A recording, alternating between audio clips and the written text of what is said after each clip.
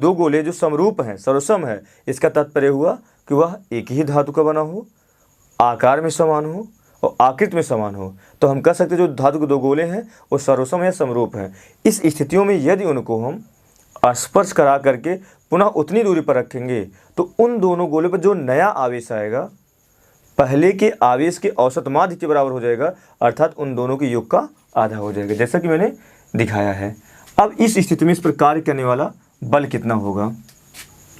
यहाँ पर कार्य करने जो बल हो जाएगा हम मान लेते हैं F double dash attraction force equal to कितना हो जाएगा कूलाम के नियम से, तो लिखेंगे यहाँ से कूलाम के नियम से, कूलाम के नियम से हो जाएगा F डबल डैश हो जाएगा अट्रैक्शन फोर्स को क्या हो जाएगा K Q1 dash Q2 dash बटे क्या हो जाएगा R स्क्वायर। यहाँ से हम लिख सकते हैं कि Q1 डैश का मान भी Q है, Q1 डैश का मान Q है, Q2 डैश का मान भी Q है, बटे हो जाएगा R स्क्वायर। यहाँ से लिख सकते हैं हम K Q स्क्वायर बटे R स्क्वायर। तो यहाँ से इसको हम लिख सकते हैं F double dash attraction force equal to हो जाएगा K Q स्क्वायर बटे R स्क्वायर। इसमें हम 8 से गुणा कर देते हैं और 8 से भाग देते हैं, तो हो जाएगा 8KQ square upon R square. समीकरण 1 से 8KQ square upon R square, 8KQ square upon R square, तो यहाँ से क्या हो जाएगा F double dash equal to हो जाएगा 1/8 हो जाएगा F dash attraction force, F dash attraction force. हम यहाँ पर यदि इसको F1 मानते और इसको हम F2 मानते तो होता F2 इक्वल टू होता 1/8 हो जाता F1। इसका मतलब स्पर्श कराने के बाद का जो आकर्षण बल कार्य कर रहा है वह पहले कार्य करने वाले बल का कितना है आपका 1/8 गुना है। इसका मतलब उसकी तुलना में क्या होगा कम है। हम पुनः क्वेश्चन क्या था, दो धातु के गोले जो आपस में एक निश्चित दूरी पर रखे गए हैं जिन पर आवेश क्रमशः 4Q कूलाम का और -2Q कूलाम का आवेश है, जो आपस में एक निश्चित दूरी पर रखे गए हैं, जब इनको आपस में स्पर्श करा करके पुनः उतनी ही दूरी पर रख दिया जाएगा तो इनके मध्य कार्य करने वाले वैद्युत बल की गणना करनी है। तो यहाँ पर हमने लिया यही दो समरूप या सर्वसम गोले हैं, पहले पर +4Q कूलाम का आवेश है, दूसरे पर -2Q कूलाम का आवेश है, जो आपस में एक निश्चित दूरी पर रखे गए हैं, जिनके मध्य कार्य करने वाला आकर्षण बल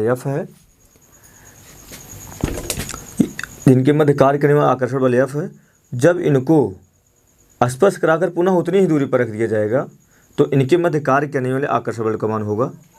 तो यहाँ पर हमने फिगर से दिखा दिया इनके मध्य कार्य करने वाले आकर्षण बल की हम गणना कर लिए हैं कूलाम के नियम से। हम मान लिए F डैश अट्रैक्शन फोर्स है K Q1 Q2 by R square, Q1 का मान 4Q, Q2 का मान यहाँ से है -2Q था, बट माइनस और प्लस क्या बता रहा है आकर्षण बल को, तो दोनों गुणा कर दिए, 4 दूना 8 KQ square by R square. यहाँ से समीकरण ये हुआ।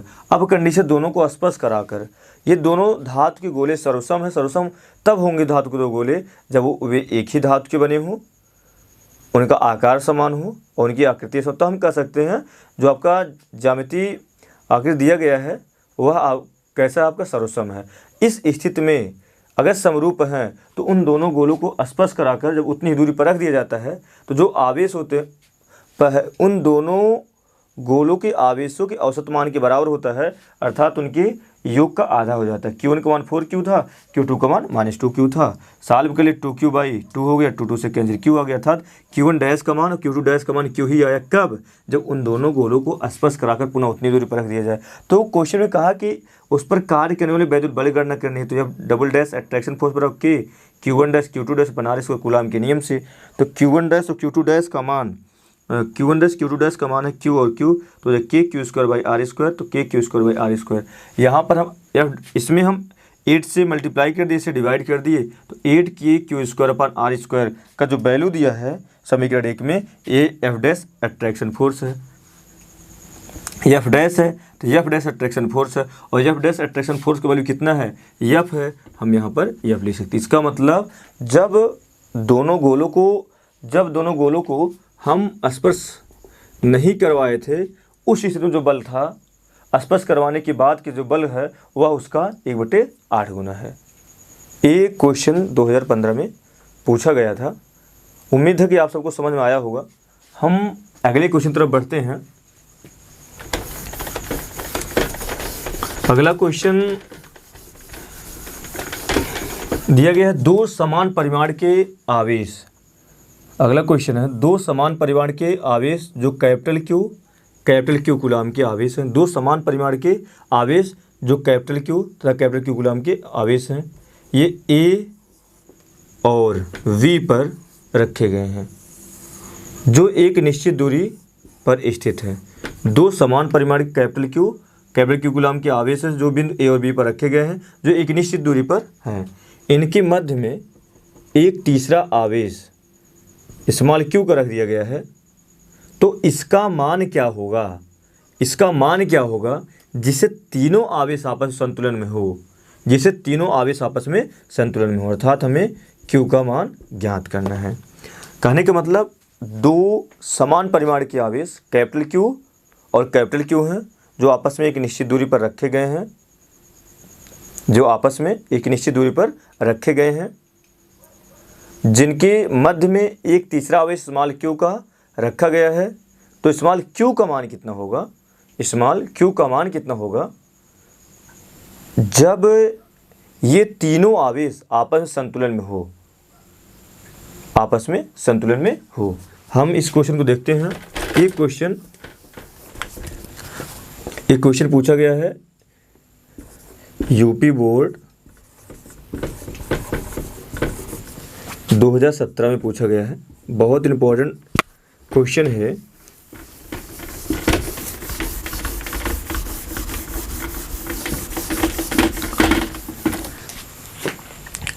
अब क्वेश्चन कह रहा है कि Q का मान कितना होगा, इस Q का मान कितना होगा जिससे तीनों आवेश संतुलन में हो।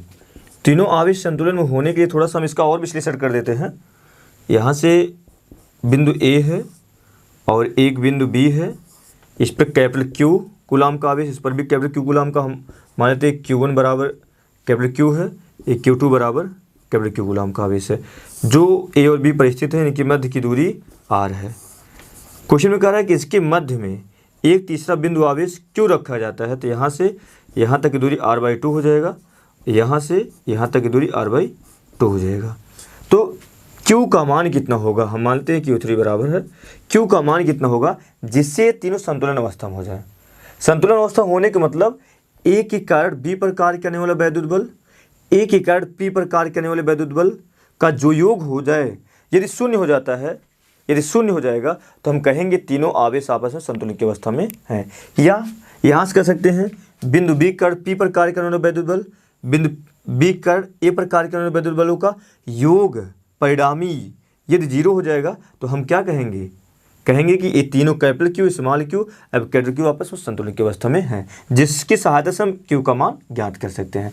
पुनः 2 समान परिमाण के आवेश कैपिटल Q तथा कैपिटल Q जिनके मध्य में जो एक निश्चित दूरी पर रखे गए हैं, जिनके मध्य में एक तीसरा आवेश स्मॉल q कूलाम का है रखा गया है कि तो स्मॉल q कूलाम के आवेश का मान कितना होगा यदि ये तीनों आवेश संतुलन में हैं।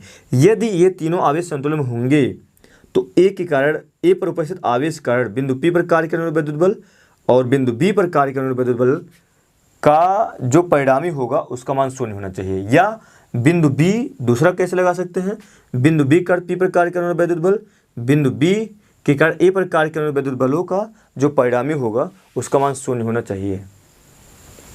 तब हम कह सकते हैं कि ये तीनों आवेश क्या होते हैं, आपस में संतुलन में होंगे। इसकी सहायता से हम स्मॉल q का मान निकाल सकते हैं। हल करते हैं। कैपिटल Q स्मॉल q तथा कैपिटल Q कूलाम के आवेश संतुलन में होंगे यदि यहाँ आप लिखेंगे A जो है B पर एक बल लगाएगा, क्योंकि समान परिमाण के हैं तो ए बी पर लगाएगा, तो क्या हो जाएगा एफ बी ए। इसका मतलब ए के द्वारा बी पर लगाया गया बल, और ए पी पर भी लगाएगा, ये क्या हो जाएगा एफ पी ए के द्वारा पी पर लगाया गया बल। यदि इन्हीं दोनों का परिणामी शून्य हो जाए, इन दोनों का परिणामी शून्य हो जाए, तो कहेंगे कि ये तीनों आवेश आपस में संतुलन की अवस्था में हो। अर्थात यदि एफ नेट बराबर 0 हो जाए, एफ नेट का वैल्यू क्या हो जाएगा, इनका योग एफ बी ए प्लस एफ हो जाएगा यहाँ से पी ए बराबर 0। अर्थात ए के द्वारा बी पर लगाया गया बल, ए के द्वारा पी पर लगाया गया बल का जो परिणामी हो 0 हो जाए। अब कूलाम के नियम से, कूलाम के नियम से क्या हो जाएगा, कूलाम के नियम से ए बी पर लगा रहा तो क्या हो जाएगा, के हो जाएगा Q1 Q2 बटे are square plus A P पर लगा रहा है तो हो जाएगा के Q1 और पी पर क्या आवेश है Q3 बटे आर स्क्वायर बराबर 0 हो जाएगा। इसको हम R1 मान लेते हैं या बी ए मान लेते हैं, ये पी और ए की बीच दूरी, ए बी और ए की बीच दूरी। तो यहाँ से हो जाएगा के हो जाएगा Q1 का जो मान है वो कैपिटल Q है, Q2 का मान है वो भी कैपिटल Q है, बटे बी और ए की बीच दूरी R है, आर स्क्वायर प्लस के Q1 का मान कैपिटल Q है, Q3 का मान स्मॉल Q है, पी और ए की बीच दूरी R/2 पूरे का होल स्क्वायर बराबर 0 है। यहाँ से हम लिख सकते हैं कि कैपिटल Q स्क्वायर बटे आर स्क्वायर प्लस 4 हो जाएगा 4 के कैपिटल Q स्मॉल Q बटे आर स्क्वायर बराबर 0 हो जाएगा। K Q by are square common है, तो यहाँ लिखेंगे हम K Q by are square common हो जाएगा, तो बचेगा यहाँ से एक क्यू बचेगा प्लस यहाँ से 4Q बच जाएगा, 4 स्मॉल Q बराबर हो जाएगा 0।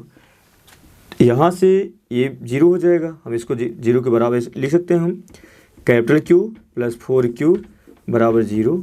तो यहाँ से हो जाएगा कैपिटल Q बराबर -4Q और यहाँ से Q बराबर हो जाएगा minus capital Q by 4, small Q बराबर हो जाएगा माइनस कैपिटल Q बाई 4। इसका मतलब यहाँ पर हम -Q/4 कूलाम का अगर आवेश रख देते हैं तो तीनों आवेश आपस में संतुलित अवस्था में हो जाएगा। ये बहुत इंपॉर्टेंट प्रश्न था, दोबारा हम इसको समझाने का प्रयास करते हैं। दो समान परिमाण के आवेश कैपिटल Q और इस कैपिटल Q तथा कैपिटल Q के हैं जो आपस में एक निश्चित दूरी पर रखे गए हैं। इनके मध्य में एक तीसरा आवेश स्मॉल Q रख दिया गया जिससे पूरा निकाय संतुलित की अवस्था में हो जाएगा। तो उस स्थिति में स्मॉल Q का मान कितना होगा। यहाँ से देखते हैं, यही क्वेश्चन है जो यूपी बोर्ड 2017 में पूछा गया, बहुत अच्छा प्रश्न है। तो इसके मध्य में रखा गया, दोनों की बीच दूरी R है, मध्य बिंदु पर रखा गया है तो R/2 डिवाइड हो जाएगा। Capital Q small Q capital Q आपस में संतुलन की अवस्था में होंगे यदि एक इकाई P पर कार्य करने वाला बल एक इकाई B पर कार्य करने वाले बलों का परिणामी कितना हो जाए 0 हो जाए, या B इकाई P पर कार्य करने वाला वैद्युत बल B इकाई A पर कार्य करने वाले वैद्युत बल का जो परिणामी क्या हो जाए 0 हो जाए। उस स्थिति में कहेंगे हम कि ये capital Q small Q capital Q क्या है, संतुलित की अवस्था में है। तो हमने एफ नेट का मान 0 कर दिया। तो एफ नेट आया कैसे, इन दोनों के एक इकाई P पर कार्य करने वाला बल एक इकाई B पर कार्य करने वाले बलों का योग 0 हो जाएगा। अर्थात A जब B पर कार्य करेगा तो एक इकाई A पर उपस्थित आवेश जब B पर लगाएगा तो क्या लिखेंगे एफ बी ए, अर्थात B A के द्वारा B पर लगाया गया बल। यहाँ पर लिख दिए ए जब P पर लगाएगा तो क्या लिखेंगे एफ पी ए, अर्थात A के द्वारा P पर लगाया गया बल। एफ बी ए कूलाम के नियम से के मानते हैं Q1 Q2 by are square. ये किसकी बीच दूरी है, A और B की बीच दूरी आर स्क्वायर बी ए। अब A P पर लगा रहा है तो क्या लिखेंगे के Q1 और Q3 by are square P और A की बीच दूरी। Q1 का मान कैपिटल Q है, Q2 का मान भी कैपिटल Q है और BA की बीच दूरी R है आर स्क्वायर। के Q1 का मान कैपिटल Q है और Q3 का मान स्मॉल Q है बटे R पी की वैल्यू r/2 का होल स्क्वायर है। r/2 का होल स्क्वायर मतलब r²/4, 4 ऊपर चला गया, K Q square by R square, K Q small Q by are square, K capital Q बटे are square, K capital Q बटे आर स्क्वायर पूरे में कॉमन है, बचेगा कैपिटल क्यू प्लस 4q बराबर 0 है। यहाँ से लिख सकते हैं कैपिटल क्यू प्लस 4q बराबर 0, तो कैपिटल क्यू बराबर minus 4q, Q small Q बराबर माइनस कैपिटल क्यू बाई 4, अर्थात दो समान परिमाण के आवेशों के मध्य में जो तीसरा आवेश स्मॉल क्यू का रखा गया है, यदि उसका जो मान हो जाएगा माइनस कैपिटल क्यू बाई 4 हो जाएगा, तो कैपिटल क्यू स्मॉल क्यू और कैपिटल क्यू आपस में संतुलित अवस्था में हो जाएंगे। ये क्वेश्चन आपका बहुविकल्पी में भी पूछा गया है और दीर्घोत्तरी में भी पूछा गया है। ये बहुत इंपॉर्टेंट था। उम्मीद है कि ये प्रश्न आपको समझ में आया होगा। हम अगले क्वेश्चन तरफ बढ़ते हैं। अगला क्वेश्चन जो है वो भी यूपी बोर्ड 2017 में पूछा गया है कि एक वर्ग है जिसके दो विपरीत कोणों पर, एक वर्ग दिया है जिसके दो विपरीत कोणों पर कैपिटल क्यू तथा कैपिटल क्यू कूलम के आवेश हैं तथा शेष दो विपरीत कोणों पर स्मॉल क्यू तथा स्मॉल क्यू कूलम के आवेश हैं, तो किसी एक कैपिटल क्यू कूलम के आवेश पर कार्य करने वाला वैद्युत बल का मान 0 है या संतुलन में है, तो कैपिटल क्यू अपान स्मॉल क्यू का मान कितना होगा। हम मान लेते हैं एक वर्ग है, वर्ग के एक वर्ग दिया गया है ए बी सी डी, भुजा ए एक वर्ग के दो विपरीत कोणों पर कैपिटल क्यू कूलम का आवेश, दो विपरीत कोण हैं, कैपिटल क्यू कूलम का आवेश है, शेष दो विपरीत कोणों पर स्मॉल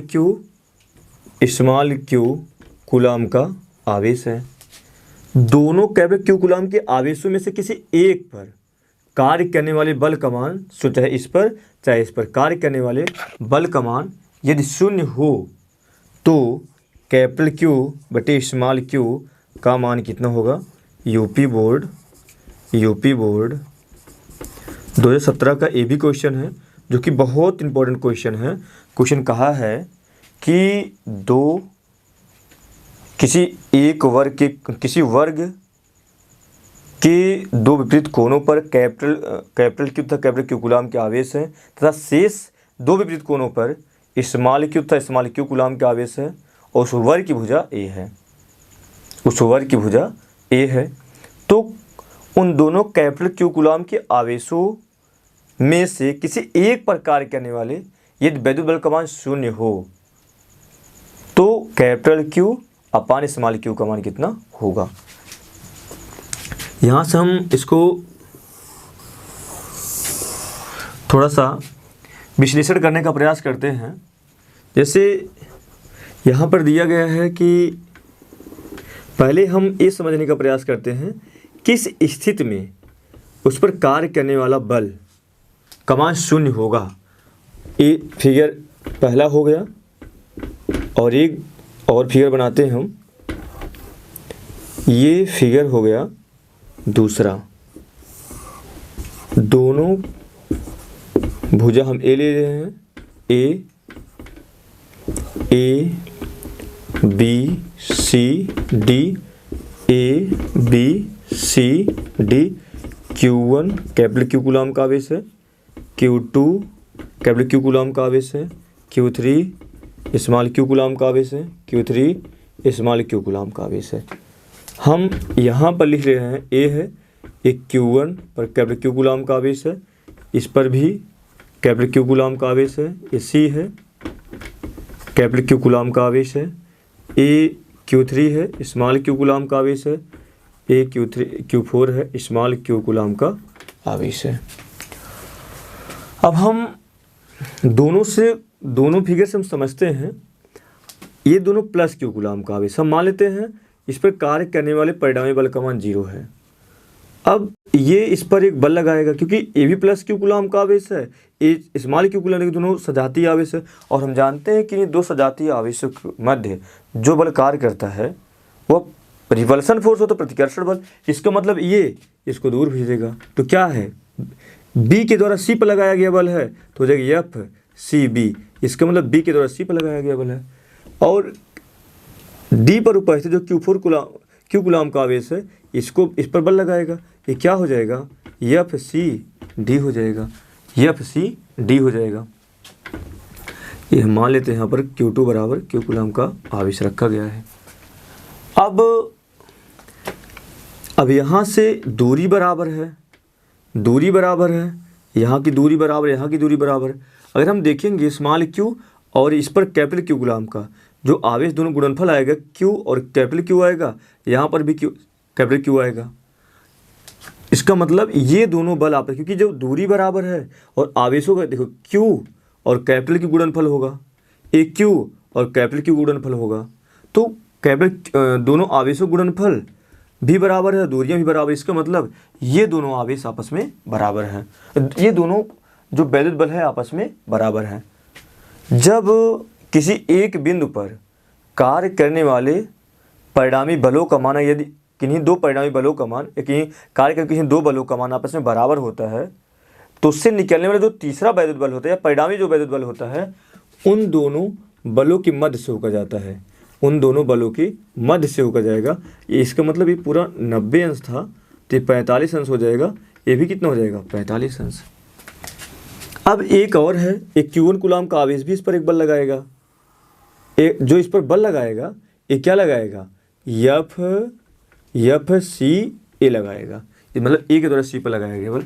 हम इसको सॉल्व नहीं कर रहे हैं, हम देख रहे हैं कि एफ नेट भी इधर ही कार्य कर रहा है, एफ सी ए भी कार्य कर रहा है। जब किसी एक बिंदु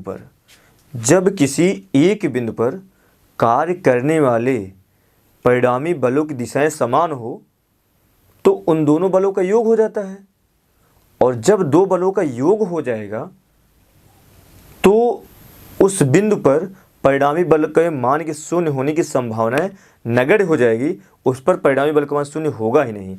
यहाँ पर ए पर उपस्थित आवेश कण सी पर कार्य करने वाले बल की दिशा उसी तरफ है जिस तरफ एफ सी डी और एफ सी बी का परिणामी बल की दिशा अर्थात एफ सी ए और एफ नेट की दिशा, बिंदु सी पर एफ सी ए और एफ नेट की दिशा आपस में समान है। इसलिए बिंदु सी पर अर्थात जिस पर प्लस कैपिटल Q कूलाम का आवेश रखा गया है, प्रश्नानुसार उस पर वैद्युत बल का मान के शून्य होना था, और यह तब संभव था जब उस पर कार्य करने वाले दो बलों की दिशाएं आपस में विपरीत हैं। जब किसी एक बिंदु पर कार्य करने वाले दो बल हैं और उनकी दिशाएं आपस में विपरीत होती हैं, तो उन दोनों बलों का अंतर कर दिया जाता है, और जब उस बिंदु पर कार्य के किसी दो बल की दिशाएं आपस में समांतर हो, एक ही दिशाओं में है, तो उन दोनों बलों का योग कर दिया जाता है। योग करने पर किसी बिंदु पर कार्य करने वाली परिणामी बल की दिशा शून्य हो, ये संभावना तब खत्म हो जाती है जब उनका योग हो जाता है। शून्य होने की संभावना तब बनी रहती है जब उस बिंदु पर कार्य करने वाले परिणामी बल आपस में विपरीत दिशाओं में कार्य कर रहे हों। इसका मतलब ये फिगर आपका सही नहीं है। अगर अब हम इसको क्या मान लेते हैं, हम मान लेते हैं कि जो Q कूलाम का आवेश है ये माइनस है, ये माइनस है। अगर ये माइनस है तो ये माइनस ए प्लस है, ये माइनस ए प्लस है। इसका मतलब अब ये इसको खींचने का प्रयास करेगा, क्योंकि ए माइनस Q कूलाम का आवेश है, ए प्लस Q कूलाम, और विजातीय आवेशों के मध्य है, और विजातीय आवेशों के मध्य आकर्षण बल कार्य करता है, तो ये इसको खींचेगा। तो मतलब बी सी पर एक बल लगाएगा, वह कौन सा बल होगा, एफ सी बी हो जाएगा, मतलब बी सी बी हो जाएगा, अर्थात बी के द्वारा सी पर लगाया गया बल, और कैसा बल होगा, आकर्षण बल। और उसी प्रकार से ये इस पर एक बल लगाएगा आकर्षण बल, वो कैसा हो जाएगा, एफ सी डी, अर्थात डी के द्वारा सी पर लगाया गया बल। अब देखिएगा capital Q small q, capital Q small q, दोनों आवेशों गुणनफल भी बराबर है और दूरी भी बराबर है। इसका मतलब जब आवेशों गुणनफल बराबर हो गया और दूरी बराबर हो गई तो ये दोनों बल आपस में कैसे हो जाएंगे, बराबर हो जाएंगे। तो जब दोनों बल बराबर हो जाएंगे तो इनका जो परिणामी होगा इनकी मध्यबिंदु होकर जाएगा, अर्थात पूरा एंगल 90 अंश है तो ये भी 45 अंश हो जाएगा, ये भी 45 अंश हो जाएगा, और ये क्या हो जाएगा, एफ नेट फोर्स हो जाएगा। अब इसके द्वारा लगेगा बल, अभी प्लस क्यू कूलम का है, इस पर प्लस क्यू कूलम का आवेश है, तो अब सजातीय आवेश है, तो ये इस पर जो बल लगाएगा उसको रिपल करेगा अर्थात दूर भेजेगा। तो यहाँ से क्या हो जाएगा, एफ ए किस पर लगा रहा, सी पर, तो हो जाएगा सी ए। अब यहाँ पर एफ नेट एफ सी ए के विपरीत दिशाओं में है, अर्थात बिंदु सी पर जो दो बल कार्य कर रहा है, एक एफ नेट है एक एफ सी ए है, दोनों की दिशाएं आपस विपरीत दिशाओं में है, अर्थात बिंदु सी पर कार्य करने में जो परिणामी बल की दिशा है वो क्या है, आपस विपरीत है, इसलिए इस पर कार्य करने में परिणामी बल का क्या हो जाएगा, अंतर के बराबर हो जाएगा, अर्थात घटा दिया जाएगा। जब घटाया जाएगा तो संभावनाएं पूरी बन जाती है कि बिंदु सी पर परिणामी बल के मान के शून्य होने की संभावना पूरी बन जाती है।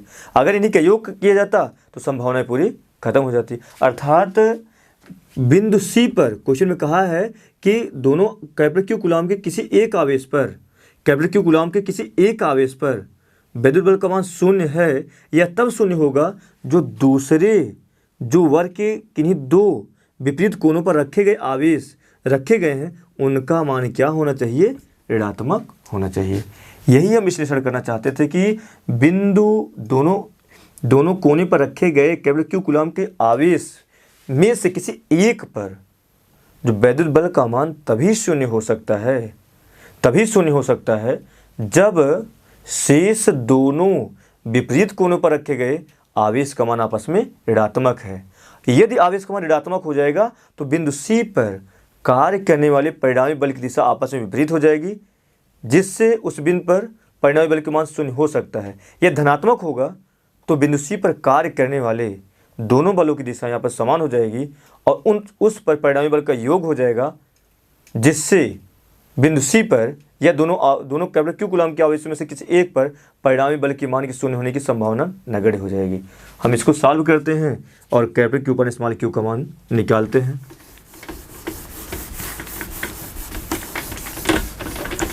यहाँ से एक वर्ग है, एक वर्ग ए बी सी डी, यहाँ पर एक Q1 coulomb capital Q coulomb का आवेश है, यहाँ पर Q2 इस पर भी कैपिटल क्यू कूलम का आवेश है, Q3 ए क्यू है, ए Q4 ये भी Q है। हम लिख देते हैं बिंदु सी पर उपस्थित कैपिटल क्यू कूलम के आवेश पर वैद्युत बल का परिणामी तभी शून्य होगा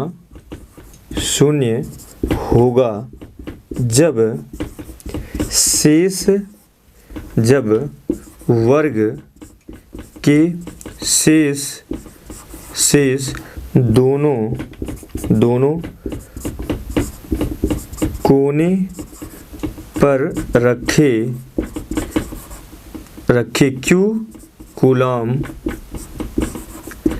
के आवेश का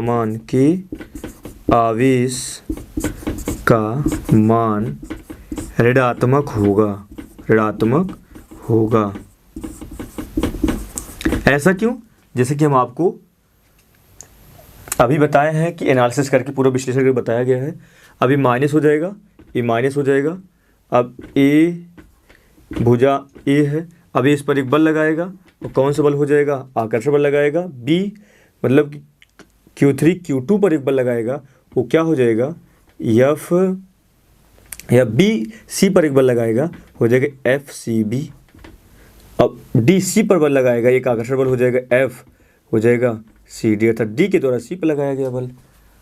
अब दोनों के बल की गणना हम करते हैं, FCB हो जाएगा, हमें बल का परिमाण ज्ञात करना है कूलम के नियम से, K Q1 Q2 बटे हो जाएगा R² हो जाएगा K। हम इन दोनों की बातें करते हैं, ये दोनों की Q3 Q2 का वैल्यू यहाँ से Q है, माइनस इस बात की व्याख्या कर रहा है कि आकर्षण बल लग रहा है, क्योंकि ये माइनस हुआ, ये प्लस हुआ, विजातीय आवेशों के मध्य आकर्षण बल, इसी वजह से यहाँ पर हो गया। Q2 का वैल्यू कैपिटल Q है बटे R का मान a स्क्वायर है, बराबर हम इसका जो वैल्यू आ जाएगा हम इसको F मान लेते हैं। इसी प्रकार हो जाएगा यहाँ से F सी डी अर्थात D के द्वारा C पर लगाया गया बल का परिमाण हो जाएगा कूलाम के नियम से Q4 Q2 बटे हो जाएगा R स्क्वायर, बराबर हो जाएगा Q4 का मान Q है माइनस Q है सजाते, और Q2 का मान कैपिटल Q है बटे R स्क्वायर। यहाँ पर भी दोनों बलों का मान बराबर है, तो लिखेंगे F C B equal to F C D, अर्थात B के द्वारा C पर लगाया गया बल, B के द्वारा C पर लगाया गया बल और D के द्वारा C पर लगाया गया बल का जो परिमाण आपस में बराबर है। जब परिमाण आपस में बराबर होता है तो उन दोनों का जो परिणामी बल होता है उन दोनों की मध्य से होकर जाता है, हो जाएगा F नेट। तो F नेट की गणना करते, F नेट ज्ञात किया जाएगा सदिशयोग त्रिभुज के नियम से, हो जाएगा F square C B plus F square C D plus, क्योंकि इसके मध्य लग रहा है सी डी और सी बी के मध्य ये 90 डिग्री है, हो जाएगा plus 2F C D F C B cos theta. तो यहाँ से हो जाएगा F नेट इक्वल टू हो जाएगा रूट में हो जाएगा F स्क्वायर प्लस F2, इसका वैल्यू F, इसका वैल्यू 2F स्क्वायर हो जाएगा कास थीटा। ये जो थीटा है दोनों बलों के मध्य का कोण है, 90 अंश हो जाएगा। F नेट इक्वल टू हो जाएगा F स्क्वायर 2F स्क्वायर काश 90 का मान 0 हो जाएगा। ओवरऑल हम यहाँ से लिख सकते हैं या बाहर निकल जाएगा F√2 न्यूटन। अब तो इन दोनों का कार्य करने वाला बल हुआ। अब ए भी इस पर लगाएगा, एक बल लगाएगा, इसकी दिशा क्या हो जाएगी, ए सी पर लगाएगा, F सी ए जिसकी गणना हम कूलाम के नियम से करेंगे। F सी ए की गणना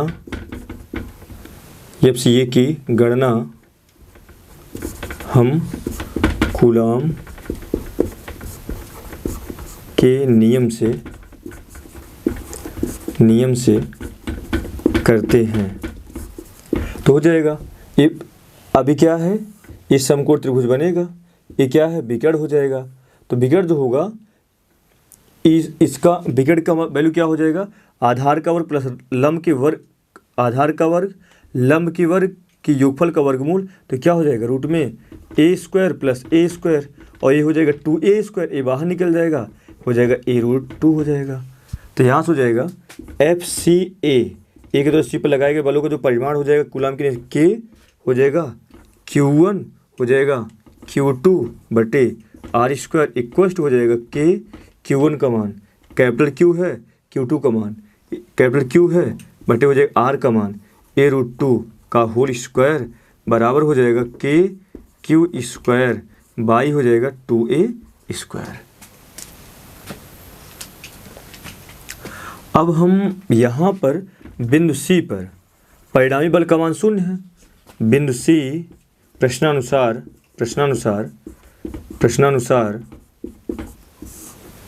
बिंदु C पर परिणामी बल का मान 0 है तो हो जाएगा F net F dash net बराबर 0। अब F डैश नेट जो निकलेगा यह F सी ए और क्योंकि क्वेश्चन में कहा कि इस पर 0 है, ये 0 तब हुआ जब दोनों की दिशा यहाँ पर विपरीत हैं। अगर समान होता तो योग हो जाता, लेकिन विपरीत अंतर हो जाएगा। अब यहाँ से क्या बीजगणितीय योग होगा। अब चाहे वो, क्योंकि 0 कहा है, वो 0 तभी संभव है जब इन दोनों की दिशा आपस में विपरीत है। जब दोनों की दिशा विपरीत होंगी तो इनका बीजगणितीय योग हम कर देते हैं यहाँ से। तो हो जाएगा यहाँ से F सी डी प्लस हो जाएगा F नेट बराबर हो जाएगा 0। F सी डी का मान Q square upon 2a square plus F net का मान F√2 आया है, F√2 बराबर 0। के,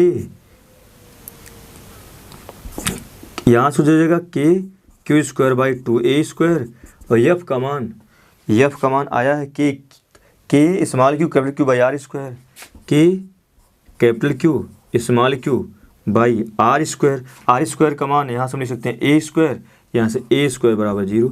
कॉमन कितना है, के कैपिटल क्यू बटे a², तो बचेगा यहाँ से एक कैपिटल क्यू बचेगा और एक यहाँ से बचेगा, यहाँ पर √2 है, यहाँ से √2 है तो बचेगा यहाँ से √2 इंटू स्मॉल क्यू बराबर 0।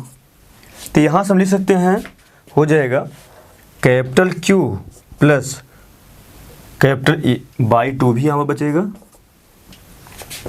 Capital Q by 2 small Q √2 बराबर 0 हो जाएगा, कैपिटल क्यू बाई 2 बराबर माइनस √2 क्यू, स्मॉल क्यू इस साइड आ जाएगा, capital Q upon small Q बराबर हो जाएगा 2 का मल्टीप्लाई √2 हो जाएगा 2√2/1, अर्थात capital Q upon small Q का मान माइनस 2√2/1 हो जाएगा।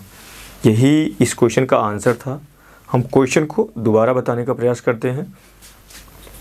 क्वेश्चन था, एक वर्ग के दो विपरीत कोणों पर कैपिटल क्यू कूलम का आवेश है, दो विपरीत कोणों पर स्मॉल क्यू कूलम का आवेश है।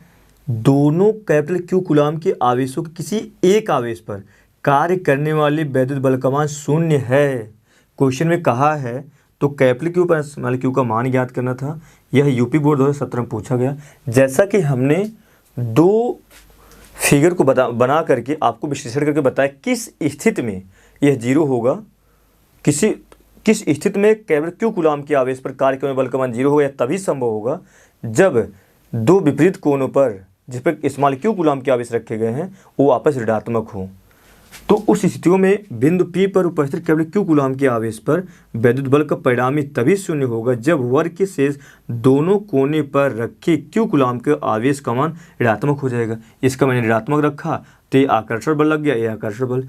ये आकर्षण बल का वैल्यू मैंने FCD ज्ञात किया, उसका जो मान आया समान आया। और हम जानते हैं जब किसी बिंदु पर कार्य करने वाले किसी दो बलों का परिणामी आपस समान आ जाता है तो जो बलों का जो परिमाण है वो आपस समान आ जाता है तो परिणामी उनके मध्य से होकर जाएगा। तो परिणामी इनके मध्य से होकर चला गया। तो जो परिणामी की गणना हम किससे कर दिए, सदिशों के योग त्रिभुज के नियम से, तो हो जाएगा इस प्रकार से। और जो थीटा होता है इन दोनों के मध्य का कोण होता है। यहाँ पर cos 90 का मान 0 हो जाएगा, पूरा 0। 2f² बहाने f√2 हो गया। इसी प्रकार से ए पर उपस्थित आवेश पर एक बल लगाएगा और वह बल की जो दिशा हो जाएगी उसको रिपल करेगा, बाहर तरफ होगी।